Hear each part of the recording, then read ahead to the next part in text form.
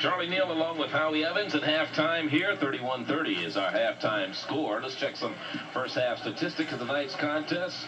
The Rams and the Tigers, and the Rams trailing by 1. First of all, Albany State shooting 39% from the field to 44% for Morehouse in 3-point field goals. 2 for 2, that is the Tigers of Morehouse, and both of those have been by James Walker. From the free throw line, Albany State is shooting 86% to the Tigers 63. Rebounds favor the Tigers of Morehouse 21-14. The turnovers, though, a 4-point advantage there for the Rams, and points off the turnovers 10-2, and that is a very important statistic. As you look at the leading scores for Albany State, Emmers with 9, McGill with 4, and Jackson with 4. For Morehouse, it is Watkins with 9, Ellis with 6, and Walker with 6 points. And again, Charlie, what we saw throughout the first half, both teams trying to establish their dominance inside the paint area, and of course, Albany State a little bit more successful. Somehow it seems like Albany State should be winning, somehow, but they're not. On the 1 point deficit right now. They kind of dominated the half, but they're still losing. They certainly did. They're down by 1 as we start the second half here. This is the championship game of the SIAC tournament. Ellis along the baseline, and the rebound is pulled down by Pope. As they go with the original starting lineup of McGill, who's ringing the ball up the court, Scott Jackson, Tony Dunham, with the exception of Bivens in the lineup to start the second half, I believe. Is Bivens in there? Yes. Bivens is starting the second half of this ball game instead of Emmers. Let's check in on some other college action going on right now. This is a final. This is the semifinal game of the Southwestern Athletic Conference tournament. Southern beat Alcorn 120-94. So they'll be in the championship game. And they'll play either Texas Southern or Mississippi Valley, who will play the second semifinal game, as Bivens got that one in. Albany State takes the lead, 32-31. Albany State still in that zone, Charlie. The first three-pointer missed today by Walker, and they're going to call this foul on Bivens, and that is his second. I thought that young Harold Ellis was backing into Bivens all the way, backing him off the floor.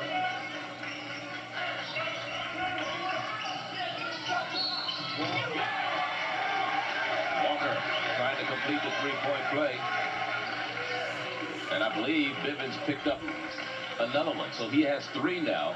And he's picked up 2 within about a 5-second span. They're going to get him out of there right away, I imagine. Remember, he didn't start the game, but he started the second half. And the three-point play is not completed. But it is a 33-32 lead.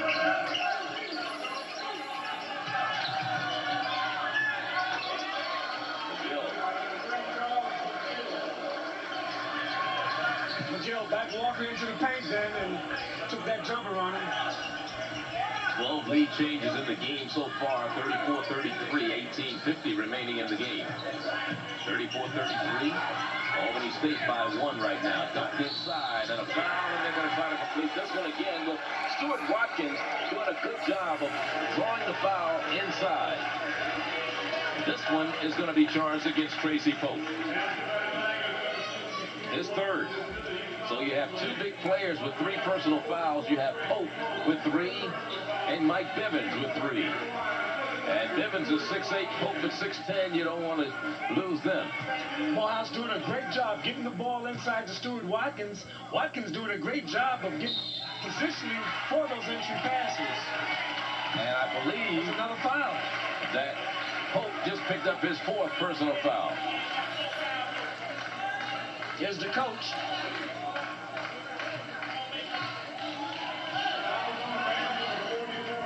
So they keep the ball, and he gets his 4th personal foul.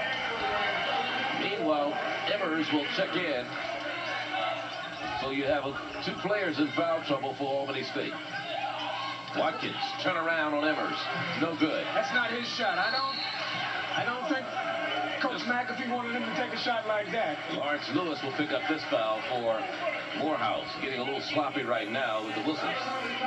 We can blame that foul on Big Stewart taking that shot.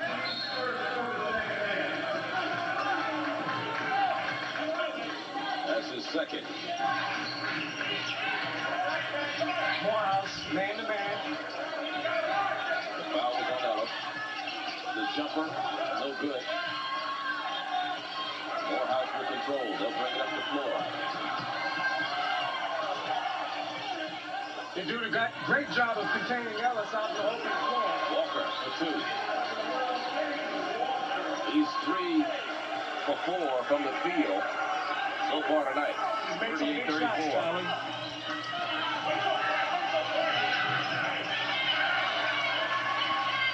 And it's a 4-point advantage.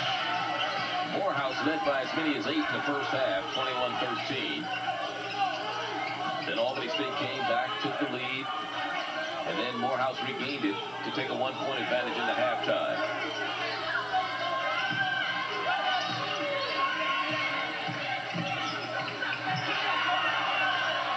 That was either going to be a traveling or a charge. Big boy lost it, put it on the floor and lost it. Watkins trying to drive in between two giants. It's 2 bad plays in a row Stewart has made.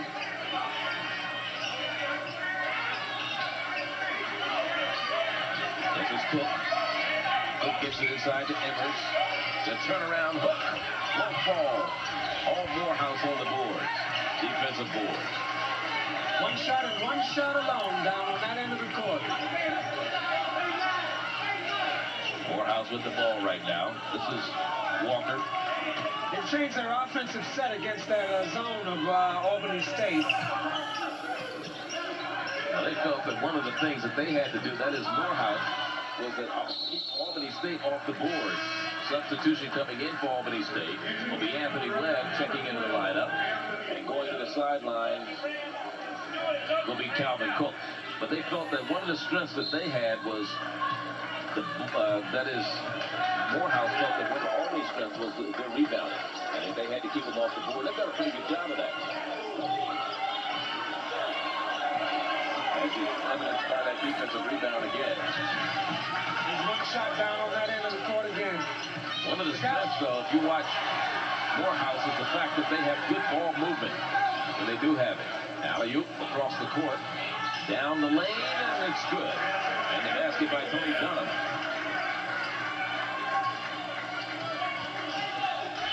Is that Dunham or Webb? That was Dunham.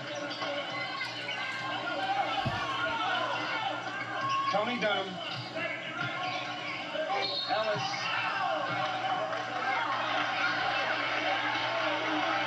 The one thing in the first half, working against that Albany State zone, they just didn't get enough shots for Harold Ellis. And the last 2 trips down the court. I'm checking his hairstyle out. Will you check that? That's a new one on me. Well, he didn't have that last night, did he? That one is old, the one that Oliver had. He's had that one a while. We'll be back. Under 16 minutes to go. 38-36. Morehouse by 2.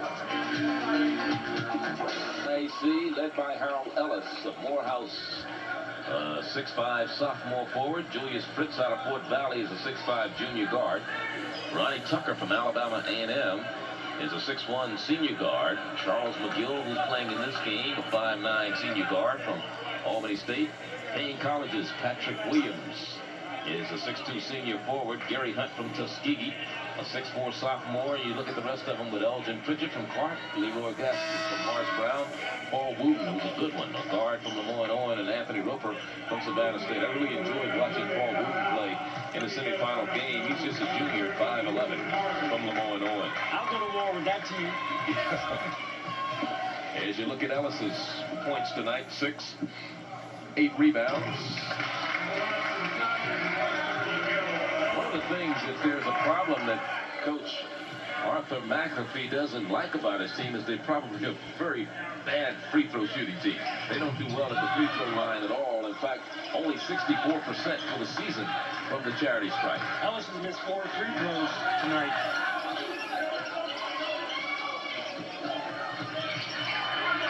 Penetration.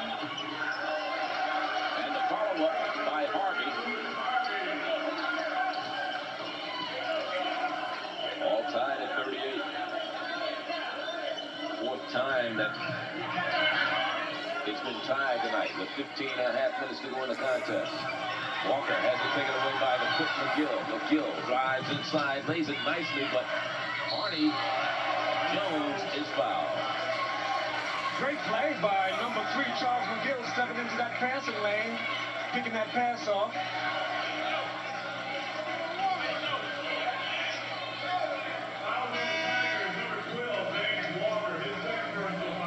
Everything right except the ball didn't fall. Here comes Arnie Jones hustling, sneaking in, powering it back up. I'll tell you who somebody else who hustled down was Webb. Anthony Webb hustled down there. Arnie Jones breaks the tie.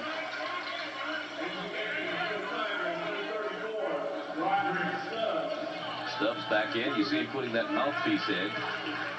Got banged in the mouth in the first half and had to leave temporarily. But he's back at the contest. There you see Arnie Jones at the free throw line, and he makes 1 of 2. But it's a 1-point lead for Albany State, 39-38. You know, back in the 70s, Oliver Jones, Albany State had a big team with his brothers. Sure did. Caldwell and Major. All played in the NBA. You take a look at that Albany State defense. They're stretching their zone out further now, picking them up a little bit deeper. Tony Dunham commits the personal foul. You know, Oliver Jones, I'm talking to him last night and asking him, I said, how hard was it? You know, sometimes you see sons playing for their fathers, like John Thompson's son at Georgetown, but a lot of times the kids don't want to play for their father. But when you play for your brother, that's a whole different ballgame altogether. And that's what happened with Caldwell and Major playing for Oliver at Albany State. He said it wasn't a problem. It was very easy coaching those young men because he knew I wouldn't take any nonsense. He's just as big as all of the others. He certainly is. Caldwell's still playing with his Washington Bullets. San Antonio, somebody. Yeah, he's in the league. He's getting a check. 40-39 is the score. 1-pointer. Morehouse picking it up defensively. Webb, that was a foul on Dunham. He came over the top. Webb doing a great job, though. Although he picked up that foul, he's doing a great job breaking down that defense, Charles. That's going to put him down the other end for the 1-and-1, I think. Yes, it is. That's a 17 foul against Albany State. Morehouse only has 2 team fouls in the second half, so they're going to the 1-and-1 very early in the second half with still 14 minutes and 45 seconds to go. To be a great difference in this basketball game. Morehouse shooting the bonus with 14 minutes to play. At some point, Oliver Jones is going to have to make a decision regarding his defense. He's in a zone now. They're in a bonus, but if he comes out, you got to play man-to-man. You're more prone to pick up fouls in a man-to-man defense. And the rebound pulled down by Reuben Harvey as the front end of the 1-and-1 is missed. And again, free throws could prove to be the downfall of Morehouse down the stretch. Again, it continues to be tight.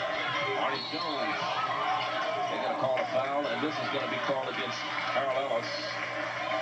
And for Ellis, that is his 3rd personal foul. So their leading scorer in foul trouble right now. Ellis averaging just under 24 points a game. And he plays a forward spot. In fact, coach says he could actually play him at guard if he could develop his outside shot a little bit.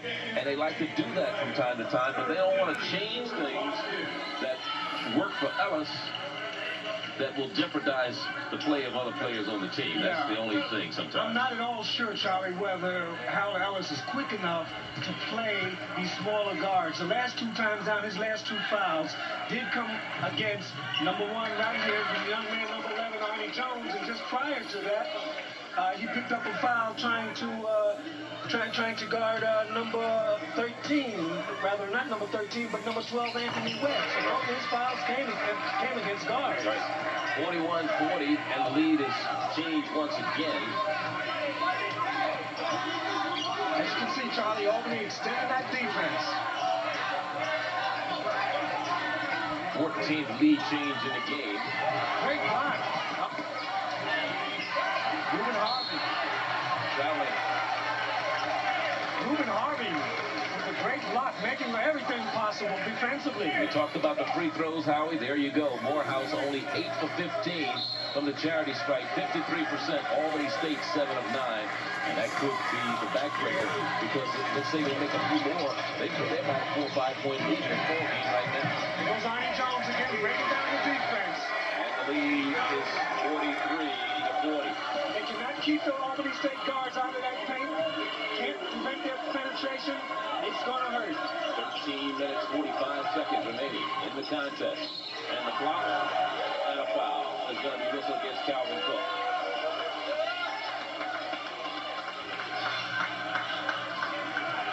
Let's take a look at this. Here comes Winfrey on that baseline. He reached over. Well, he got the body before he touched the ball. Most of the time, the official will call that when you go with that inside hand like that. You're an old official, Charlie. You know, you'd probably call that one. Yeah. And again, I can hear him over on the bench saying, please make a free throw. The game stays close, Charlie. It's going to be... And again, the free throw shooting situation has plagued Morehouse so far. As Winfrey makes that, yes, Richard Winfrey makes 1 of 2, and it's 43-41. Arnie Jones for 3, short. Run down by McGill. He's almost down by Walker. Dumped in the corner, ready for the jumper. No good. Loose ball, knocked away, and a foul is going to be called against Arnie Jones. I'll tell you that the 3-guard alignment that Oliver Jones is employing now is causing fits for that Morehouse defense. Which means that one of their big people got to guard one of those little guards. You said 3 guard. Technically, it's 4 guards in there. You have 4 guards in there. And Arnie Jones, Anthony Webb. You also have Calvin Cook and Charles McGill. All guards basically in the lineup. It's a 4-guard formation, and they have a forward in Ruben Harvey at 6'7". Those are tremendous matchup problems on the other end. The quickness. Yeah, the quickness, especially with Morehouse playing that man-to-man.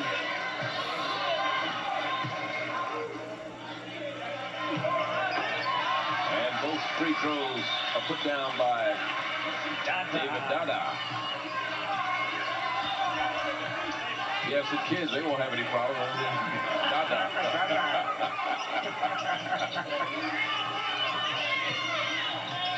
43 all. Tied once again for the 5th time tonight.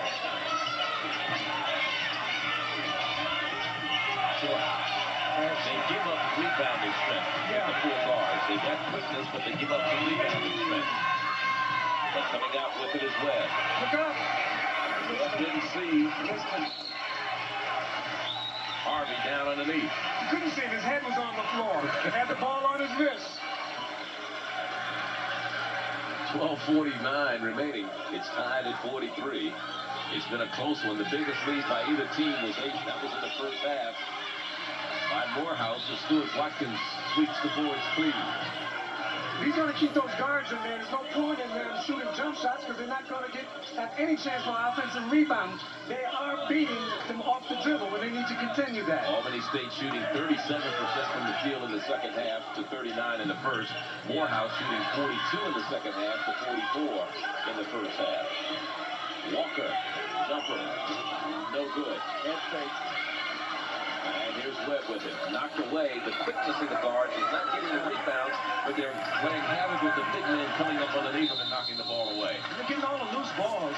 And a timeout is being called by Albany State. Oliver Jones is going to talk things over. We'll take a timeout. 43 all is our score. 12:08, the time remaining. It's the championship game of the SIAC tournament.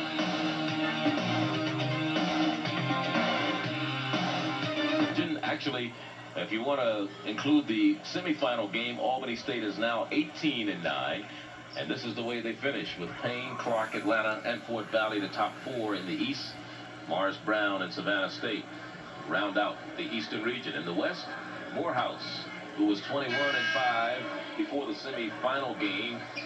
Overall, they are now 22-5, followed by Lemoyne-Owen, Alabama A&M, Tuskegee, with Knoxville and Miles bringing up the rear of the rest. Rear of the West. Coach Martha McAfee. They beat Fort Valley in the first round, 188. Beat Payne, 84-72 in the semifinal to advance to the championship. As you look at the bench scoring, 18-8, Albany State showing the much stronger bench. Albany State got into the tournament with a win over Knoxville, 103-82.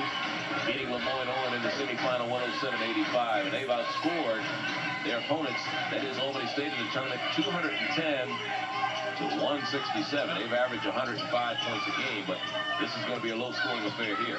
Morehouse changed their defense. They're in a zone now. Well,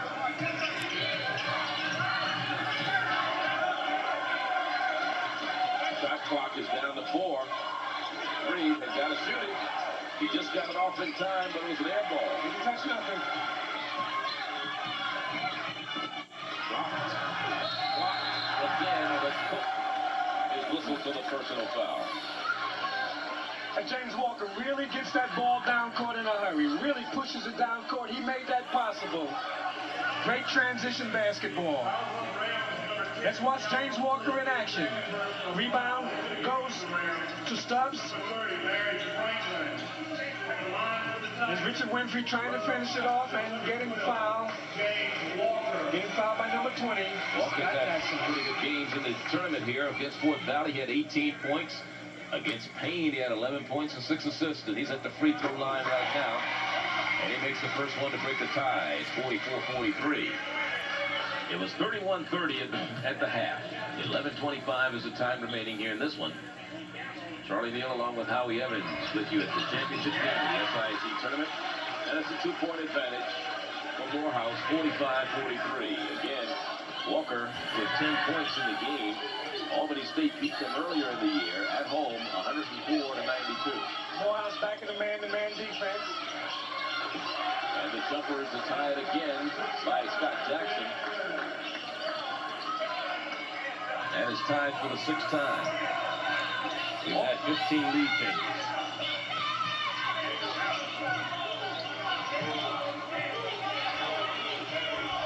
Albany State still staying in that zone defense. They played it practically all game. A team noted for its man-to-man defense, and rebound by Harvey. But stolen away. Harvey gets it back.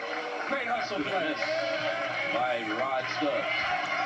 The jumper for 3 is no good. Off the iron and Stubbs with the rebound. This is Walker. Albany State doing a good job getting back. They have to get back, Jimmy. Walker pushes that ball up the court so quickly. Great play. Jump ball. Alternate possession will go to Albany. On the arrow. Possession arrow. You know, one of the things you talk about Morehouse, and this is true with everybody, especially at predominantly black institutions, but one of the things we know that Morehouse stresses, their academic standards are a lot more stringent than on many of the schools that we get a chance to see.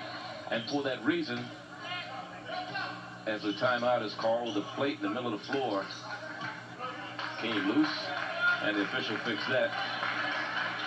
Meanwhile, we talked about the rough and the tough academic standards, and the fact that it's sometimes harder to get young men into Morehouse, more so than any other schools. And you sometimes get a little better academic student coming in as an athlete, and you mold that academic ability with his athletic ability. And I'll tell you, Coach has to do one whale of a job over there, Art McAfee, after 25 years in working with these young men and putting all that academic and athletic ability together. Because a lot of times, the more intelligent athlete is not necessarily the best athlete. Exactly right. It's a great academic institution.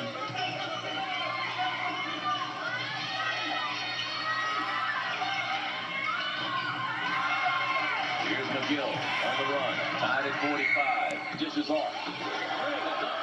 It's missed by Cook. Well, he rattled the rim that time, didn't he? Well, he took it to the iron. That's what he's supposed to do. Just didn't drop for him. That's the kid with the big vertical leap. And a foul penalty whistle this time against Reuben Harvey underneath. Battling on the boards. We're seeing great action on both ends of the court. Both teams playing hard. Big game. Most important game of the season for both teams. To determine who goes into that NCAA tournament, Charles. This is the foul at the end here that's going to send Watkins to the free throw line. But it was a great play at the other end. The only thing they didn't finish off was the slam dunk attempt by Calvin Cook, who has that 42-inch vertical leap. We're seeing some great power basketball on both ends of the court. Watkins in the ball game right now with 15 points, the leading scorer for both teams. And it's a 46-45 ball game. Watkins would have over 20 points if he had been able to convert all his free throws, Charlie. He's been there quite a few times at the line, hasn't he? Here's a jumper, the three, no good by Franklin.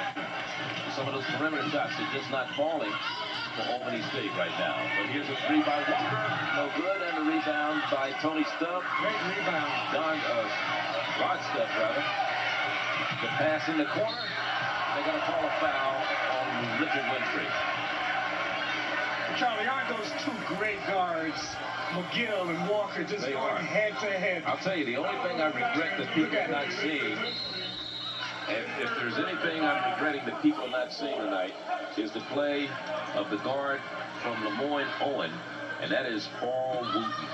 He can play. Oh, that's another one. He's a dandy. I mean, all of them are good guards. And then I'm not trying to take anything away, but I've seen 3 good ones since I've been here, and Paul Wooten doesn't have to take a backseat to anybody. No, sir. But these two kids tonight are really coming right at each other.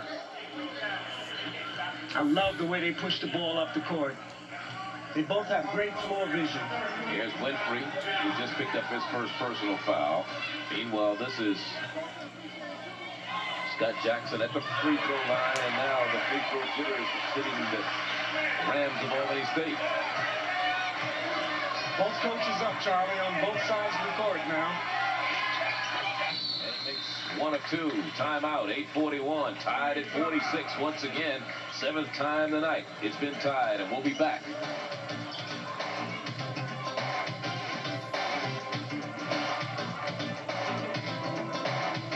Went to the school at Albany State in 1970 as an assistant, and was there as an assistant for 2 years, took over in 72, and has been the head coach ever since. 18 years as head coach at Albany State. The team is in the championship game. The last time they won it was back in 1975, and it's all tied at 46. He's still going with that small lineup. Now, one of the reasons you have to remember is Tracy Pope.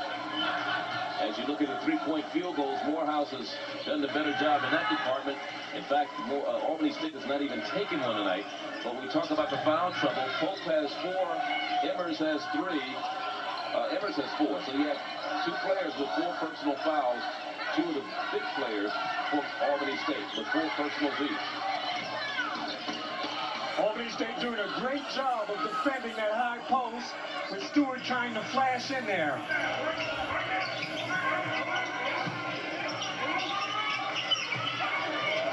Quickness! But it won't fall for them. And here comes Ellison, open court. And he was hit. But that basket should not have counted. He was fouled before he went to the hoop. It was a good call, but it shouldn't have counted. That's an NBA That's play. an NBA call, but not a college call. Watch it. Here's the miss, first of all, by Cook. Ellison, the open court. And that's 4 points. See, there's the foul right there. Right there. I'm not at all sure that basket should count. You're right. Continuation. Anyway, he's going for the 3 points. And he misses the free throw. That's 6 free throws he's missed. 48-46. 2-point lead. Free throws. Morehouse. Proving to be their downfall thus far. McGill. No. Second time he's did that. That is a terrible call. That is as terrible call as I've seen yet. That's the second time that's happened to that young man in the first 5 minutes of the game. He did the same thing. Let's look at it again. That's as bad a call as I have seen. Miles went up there, and here he comes. No, sir. He cuffed it and brought it back. Horrible call. Horrible. Can't blame the big man. Horrible. All right, they got to forget this and dig in defensively. And like you said, Howie, that's the second time tonight we've seen him make a call like that against Albany State. Albany State is just playing great defense now. And finally, Calvin Cook, who missed the slam dunk, missed the layup, comes back with a 3. Albany State living and dying with that defense. Dalvin Cook with 5 points tonight. Ellis, that should have been offensive foul. That's a good call. I tell you, they've been trying to flash that high post the last 3 times down. That's 4 fouls on Ellis. Well, Charlie, they tried Ellis in 3 different places to get him the ball. On the left baseline, the right baseline, and now they're flashing him into the high post, and he's not playing with patience now. He's not letting the game come to him. Just watch it once again. 6:55 remaining. There's he the gets the ball. pass. Watch him dip his shoulder, see? This is the offensive foul. Is That's that a the good sore call. shoulder? No, I think it's the other one. I don't think he dipped the right one. Meanwhile, there's a timeout on the floor as the two teams are talking things over. It's a 49-48 ball game, a 1-point lead. And let's look at some other scores. Texas Southern trying to get into the championship game, a repeat of last year for the Southwestern Athletic Conference title game on Sunday. As you look at the consolation game of the SIAC tournament, Morehouse beat Payne 85-81. Texas Southern will meet Southern University. Should they hold on? Southern has already won tonight, eliminating Alcorn in fine fashion. Championship game in Houston tomorrow. Albany State with the ball with 6:45 remaining in regulation. And I say that because this has all the earmarks of possibly an overtime game. I'll bet you one thing, Charlie. I will bet you that Morehouse did not prepare for this full-guard alignment. I will bet you.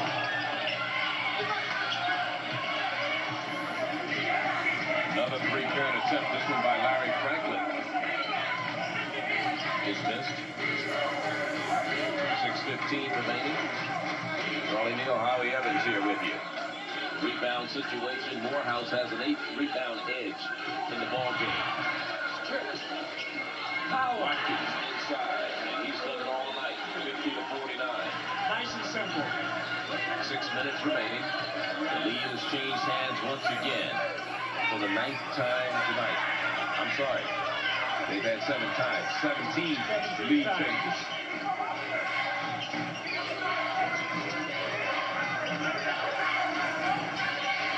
Inside, Ruben Harvey. Charlie, did that young man take the ball to the iron with authority? Just a powerful basketball player on that low block. Came in from Georgia Southern, didn't start playing until January this year after transferring, having to sit out his year. He'll go to the free throw line for 2. Works very hard for position, got a great entry pass.